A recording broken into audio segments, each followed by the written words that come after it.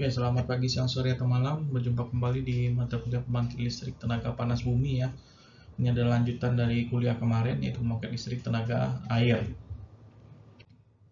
Jadi, sebelum kita masuk lebih jauh, kita akan membahas dulu berbagai macam jenis energi ya, yang bisa dimanfaatkan menjadi listrik. Contoh energi pertama itu adalah energi kimiawi ya. Biasanya energi kimiawi ini adalah energi yang tersimpan dalam ikatan atom atau molekul. Nah, biasanya yang sering menjadi contoh dari jenis energi ini itu bahan bakar fosil ya, bensin, solar, minyak tanah, dan lain-lain. Ya, jadi energi yang ya dia disimpan di dalam bentuk kimia dari suatu elemen tersebut gitu ya. Lalu ada lagi yang dinamakan dengan energi nuklir, yaitu energi yang tersimpan dalam nukleus atau inti atom yang memikat berbagai nukleus tersebut. Nah, biasanya ini energi yang terkandung dalam uranium. Nah, sekarang juga ada yang dinamakan dengan thorium ya. Nah, macam-macam. Lalu energi mekanis yang tersimpan adalah energi yang tersimpan dalam sebuah objek karena mendapatkan tekanan gaya tertentu. Nah, contoh yang paling gampang itu adalah pegas atau karet yang ditarik atau pegas yang ditekan gitu ya. Sehingga pada saat tekanannya dilepas, maka akan ada energi yang mengembalikan kondisi dari suatu objek tersebut ke kondisi semula gitu ya. Lalu ada energi gravitasi, yaitu energi yang terjadi karena letak atau posisi sebuah objek. Contoh air ya, air di tempat yang tinggi. Nah, misalnya dibuat sebuah pintu air yang kayak kita pernah bahas ya di PLTA kemarin. Nah, tiba-tiba dibuka pintunya sehingga air itu akan turun ke tempat yang lebih rendah. Nah, air turun ini dia akan memutar turbin. Ini prinsip kerja dari sederhana dari sebuah PLTA, seperti itu. Nah, lalu ada lagi yang dinamakan dengan energi cahaya atau radian energi. Nah, energi yang berupa gelombang elektromagnetik yang merambat dalam berbagai panjang gelombang yang termasuk dalam radian energi itu biasanya cahaya yang dapat dilihat ya. Biasanya X-ray, gamma ray, dan gelombang radio. Contoh nih yang sering dimanfaatkan orang yaitu sinar matahari, biasanya dalam bentuk PLTS ya, pembangkit listrik tenaga surya atau tenaga matahari. Lalu ada energi termal atau energi panas, yaitu energi yang ada dalam substansi yang berasal dari pergerakan atom atau molekul-molekul substansi tersebut. Contohnya yaitu energi panas bumi. Jadi karena suatu tempat itu ada energi yang panas gitu, nah maka ada pergerakan atom dan molekul-molekul energi tersebut. Sehingga kan kalau panas bumi dibuka, maka akan ada tekanan kayak semacam gas yang menekan ya. Nah, itu yang dimanfaatkan menjadi sumber energi selain panasnya tentu sendiri. Lalu ada pergerakan, perpindahan objek dan substansi yang bergerak dari satu tempat ke tempat lainnya. Contoh air, angin gitu ya. Lalu ada energi listrik yang terjadi karena adanya pergerakan elektron ya, cahaya listrik yang dipakai dalam kehidupan sehari-hari. Nah, lalu kalau misalnya kita bicara tentang geotermal itu sendiri, yaitu geotermal adalah panas yang berasal dari perut bumi. Panas dari perut bumi ini bisa dimanfaatkan sebagai pertama pemanas air, lalu ada untuk air conditioner ya.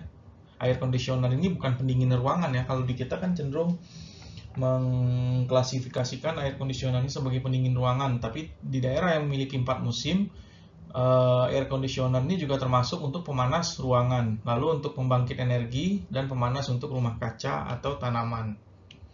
Jadi geotermal itu sendiri adalah panas yang berasal dari perut bumi. Oke, jadi kalau untuk sistem geotermal ini sendiri sebenarnya itu tuh bisa diibaratkan seperti sebuah kompor dan ceret ya. Jadi ini misalnya sebuah kompor nih di bawah. Nah, ini ceret atau teko ya yang berisi air. Nah, jadi panas bumi ini atau kompor ini dia memanaskan air sehingga air itu menjadi uap air ya. Jadi kalau misalnya ini nomor 1 ini adalah batu, ini kan sumber panas ya. Biasanya magma ya yang di perut bumi. Magma yang di perut bumi dia akan memanaskan batu. Lalu batu itu terisi oleh, ini kan ada air ya di atasnya ya, ada air permukaan ya istilahnya. Ini ada air, nah terkadang kan batu itu dia tidak tidak rapat kan, nah air turun ke bawah dan air ini akan terpanaskan gitu ya oleh batu yang panas ini, sehingga nanti dia akan naik ke atas. Ini kan ada rongga-rongga lagi di bumi, naik ke atas dan menjadi sebuah panas atau uap air. Ya persis seperti kompor inilah, persis seperti kompor. Nah, uap air ini biasanya bertekanan dan biasanya tekanannya tinggi dan bisa langsung dimanfaatkan untuk pembangkit listrik seperti itu.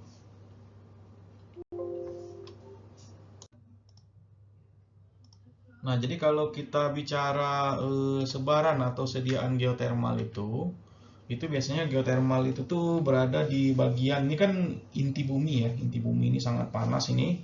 Nah, biasanya geotermal itu berada sekitar 80 kilo ya, 80 ini bisa ratusan kilo ya ke dalam ini ya, bisa ratusan atau ribuan kilo ini ke dalam nih. Tapi geotermal itu biasanya berada pada jarak sekitar 80 kilo ya, 80 kilo dari permukaan bumi, 80 kilo dari permukaan bumi, sehingga nanti yang panas, jadi sebaran panas ini kan panas di bumi, ada panas yang naik ke atas, biasanya di sini Gunung Merapi ya.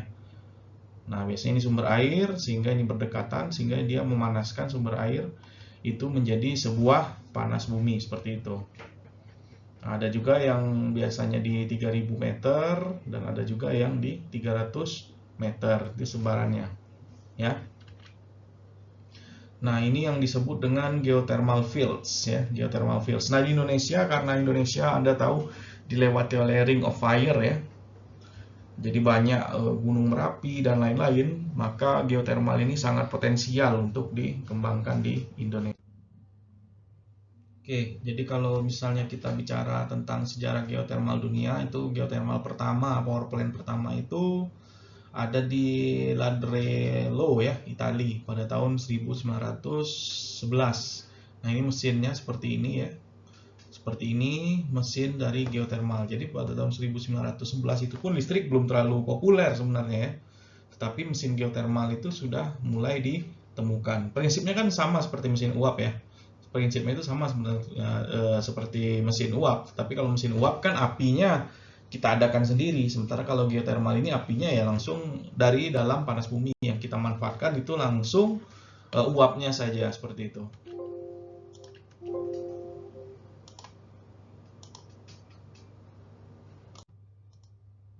Nah, sementara kalau sejarah panas bumi di Indonesia, jadi kalau panas bumi di Indonesia ini tuh kalau diperkirakan itu sebesar 29.544 megawatt, besar sekali sebenarnya ya.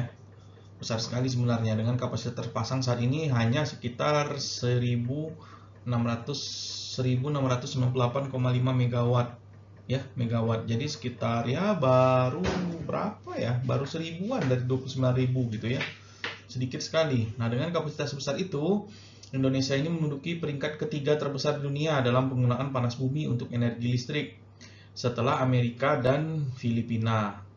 Kamojang adalah lapangan panas bumi pertama itu pada tahun 1972. Jadi kalau Anda berkesempatan nanti mungkin Anda KP atau magang di Kamojang ya, biar Anda bisa melihat bagaimana lapangan panas bumi pertama yang ada di Indonesia.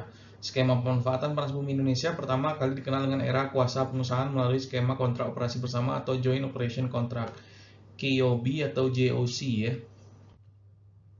Nah, lalu pemerintah dengan berlandaskan pada Kepres nomor 22 tahun 81 dan nomor 45 tahun 91, jadi dia memberi kuasa kepada Pertamina dan Pertamina yang menunjuk kontraktor untuk melakukan kerjasama ini.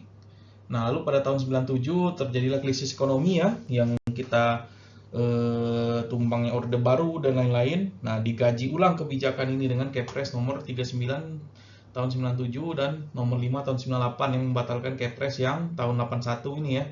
Jadi lapangan panas bumi yang terkena dampak Kepres ini lapangan Patuha, Dieng, dan Garaha. Lalu pada tahun 2000 keluar lagi Kepres nomor 76 tahun 2000 yang membatalkan Kepres tahun 97 tadi dan Undang-Undang nomor 27 tentang panas bumi. Dimulailah era baru pengembangan panas bumi Indonesia. Pada era ini, pada era tahun 2000-an awal ini, panas bumi ditenderkan dan boleh dikelola oleh swasta. Ada yang awalnya dikelola oleh Pertamina, Pertamina yang menunjuk swasta untuk mengelolanya. Nah, saat ini itu panas bumi itu boleh dikelola oleh swasta tanpa mungkin Pertamina ikut di dalamnya gitu ya. Nah, sejak peraturan baru tersebut terbit hingga tahun 2014 sudah lebih dari 50 WKP panas bumi yang ditenderkan dan sebagian sudah diterbitkan IUP, ya, IUP. Namun dari total kapasitas terpasang semuanya berasal dari WKP panas bumi lama, yaitu sebelum terbitnya UU nomor 27 tahun 2003. Jadi walaupun sudah diswastakan, tetapi tetap belum berkembang terlalu banyak ya jumlah panas bumi yang dapat dimanfaatkan. Mungkin alasannya karena untuk membuat lapangan panas bumi itu dibutuhkan biaya yang tidak sedikit, dan rata-rata tempat panas bumi ini tuh biasanya berada di daerah wisata ya, biasanya seperti itu. Lalu pada tahun 2014 ada 7 WKP yang tersebar di Indonesia, yaitu WKP Kamojang 200 MW, WKP Gunung Salak. Nah, ini kan tempat-tempat wisata nih kebanyakan ya. Gunung Salak 307 MW, WKP Wayang Windu 277 MW, dan seterusnya. Anda bisa baca sendiri saja. Lalu ada lagi aturan barusan ini, UU tahun 2021 tahun 2014 tentang panas bumi. Istilah kuasa pengusahaan sudah tidak dikenal lagi, diganti menjadi penugasan kepada BLU dan BUMN panas bumi. Lalu pada tahun 2017 potensi panas bumi Muara Laboh yang masuk tahap pengembangan atau pengeboran sumur eksplorasi diusahakan oleh Supreme Energi Muara Laboh SML dengan target 80 MW. Nah, jadi kalau misalnya kita itu tadi tentang sejarah panas bumi ya. Kalau misalnya kita bicara tentang pembangkit listrik panas buminya, ada 3 model yang dikenal di Indonesia. Pertama dry steam power station, lalu flash steam power station, dan binary cycle power station. Ini kalau dry steam power station modelnya seperti ini ya. Jadi ini ada magma, lalu di sini kan magma memanaskan batuan, dan ada steam. Ya, ini geothermal field-nya di sini nih. Nah, steam itu dipompa ke atas dipompa ke atas sehingga bisa dimanfaatkan, bukan dipompa ya, dialirkan ke atas maksud saya, sehingga bisa digunakan untuk membangkitkan listrik. Nah, namanya dry steam power station karena steamnya itu berada di bawah, jauh di bawah perut bumi. Jadi yang di sini itu dia hanya tinggal memanfaatkan panas buminya saja ya. Tidak ada pemanasan air yang dilakukan di sini. Itu dry steam power station. Nah, jadi panas bumi itu dinaikkan ke atas, uapnya dinaikkan ke atas, lalu uap itu yang memutar steam turbin, dan steam turbin ini yang memutar generator. Ini ya. Nah, generator menghasilkan listrik. Lalu yang tadi uap panas yang dari itu tadi itu dimasukkan ke kondenser dan didinginkan di kondenser sehingga dia berubah kembali menjadi air seperti itu. Nah, setelah dia berubah menjadi air dalam kondenser ini, dia diturunkan lagi ke bawah. Diturunkan lagi air tadi dimasukkan lagi ke bawah sehingga diubah lagi menjadi uap panas. Begitu seterusnya ya, bolak-balik. Begitu seterusnya bolak-balik. Nah, natural dry steam hydro ini biasanya sangat jarang ya. Natural dry steam hydrothermal ini nih. Sangat jarang ini. Nggak banyak di dunia ada yang seperti ini ya. Lalu ada model lain dari dry steam power plant. Ini ada sumur produksi ya, steamnya. Jadi ini kan panas bumi ya di sini.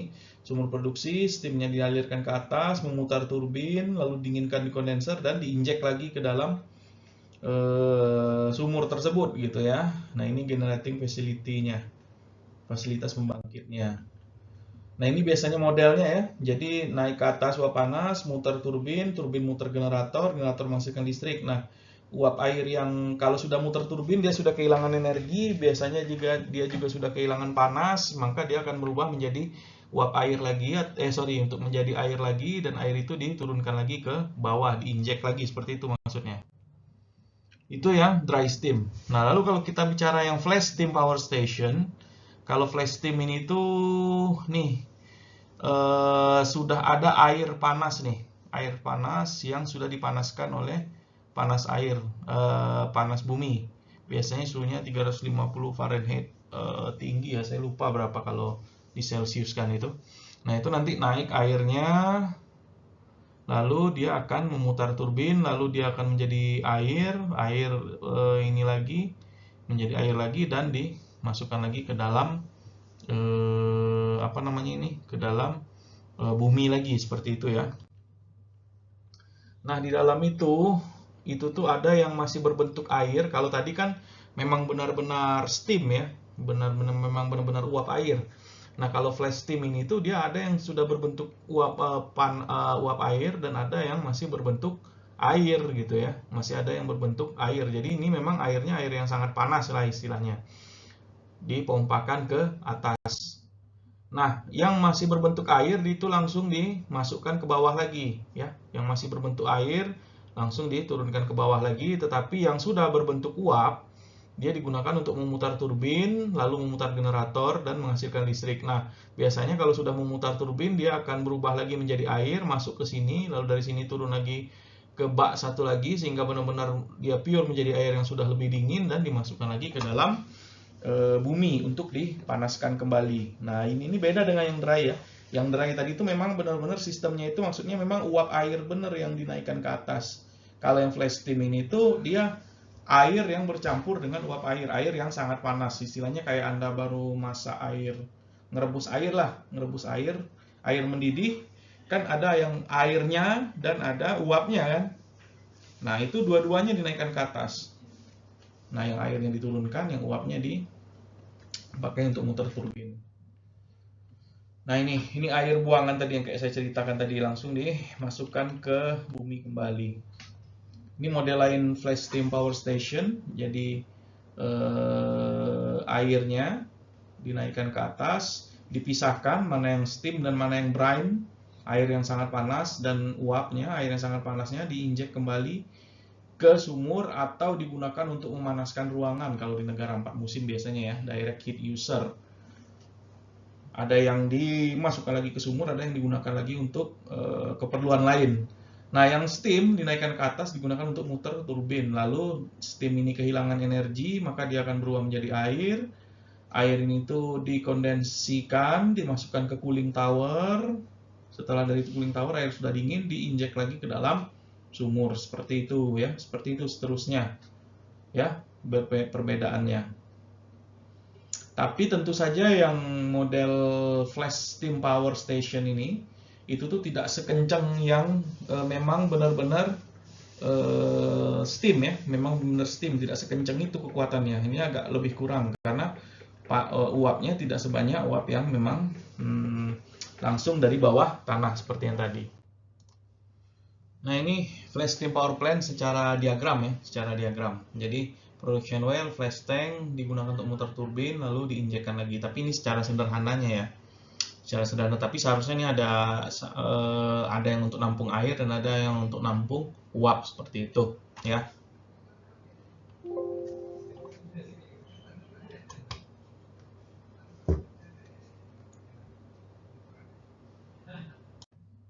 Nah, ada lagi yang dinamakan dengan binary cycle power plant.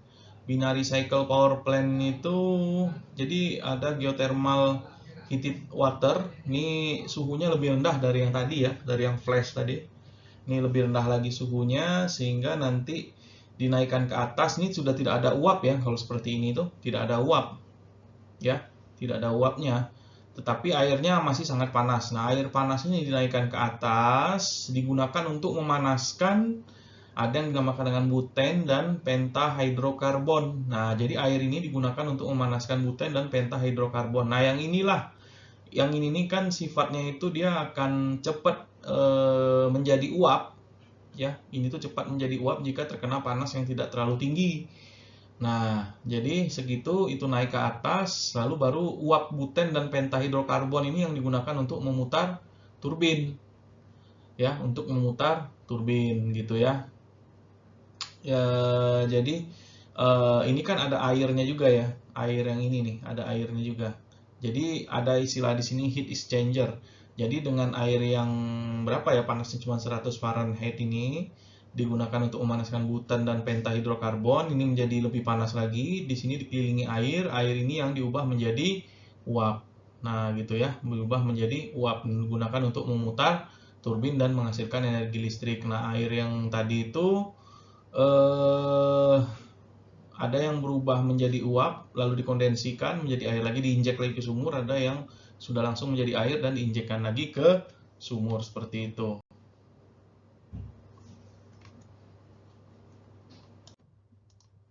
Nah, ini nama-nama alat-alatnya ya. Ada heat exchanger, vessel, steam turbine, generator, condenser, wastewater. Ya, jadi seperti tadi, ini di sini heat exchanger-nya, di sini vessel, steam turbine, generator, condenser, dan air diinjekkan lagi ke dalam seperti itu.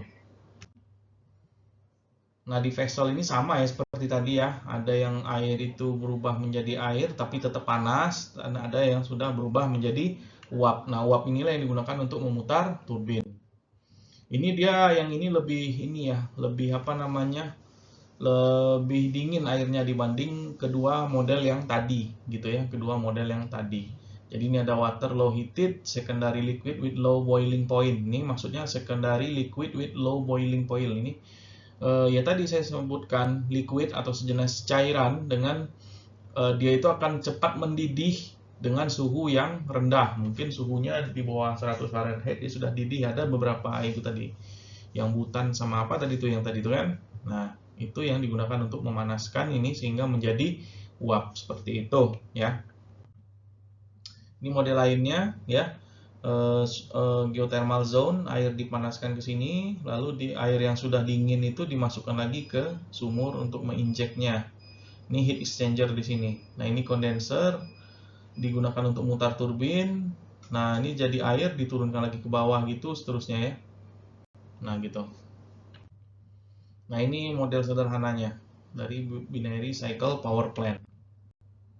Kelebihan dan kekurangannya geothermal power plant. Pertama, geothermal power plant ini itu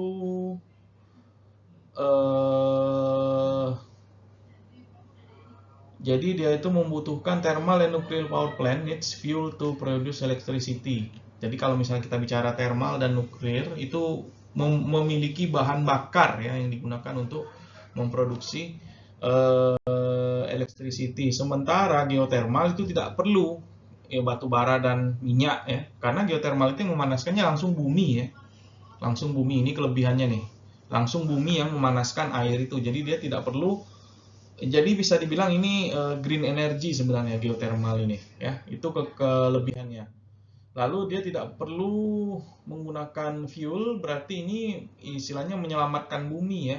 Dan tidak ada biaya tambahan untuk bahan bakar atau fuel ini. Sehingga dia itu tidak mempolusikan lingkungan atau tidak merusak lingkungan.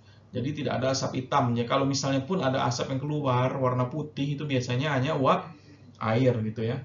Uap air yang didinginkan. Lalu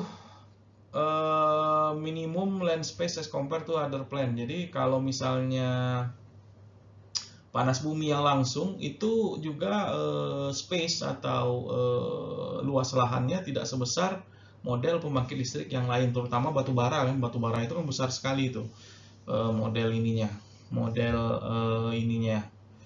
tempat yang dibutuhkan untuk pembangkitan listriknya. Kalau panas bumi ya seperti ini saja, tidak terlalu besar atau relatif kecil. Nah, kekurangannya geothermal ini tuh hanya ada di beberapa tempat saja, istilahnya tempat yang terberkati saja yang ada gitu ya. Tempat yang apa namanya? Tempat yang memang dari dulu ada dan tidak bisa diadakan tempatnya. Memang sudah bawaan alam gitu ya. Dan sangat jarang atau rarely. Dan cost untuk infrastruktur dan drillingnya itu sangat tinggi ya, itu aja sih. Jadi istilahnya Anda kalau mau bikin panas bumi ini tuh Anda butuh modal yang besar di awal gitu ya, di awal.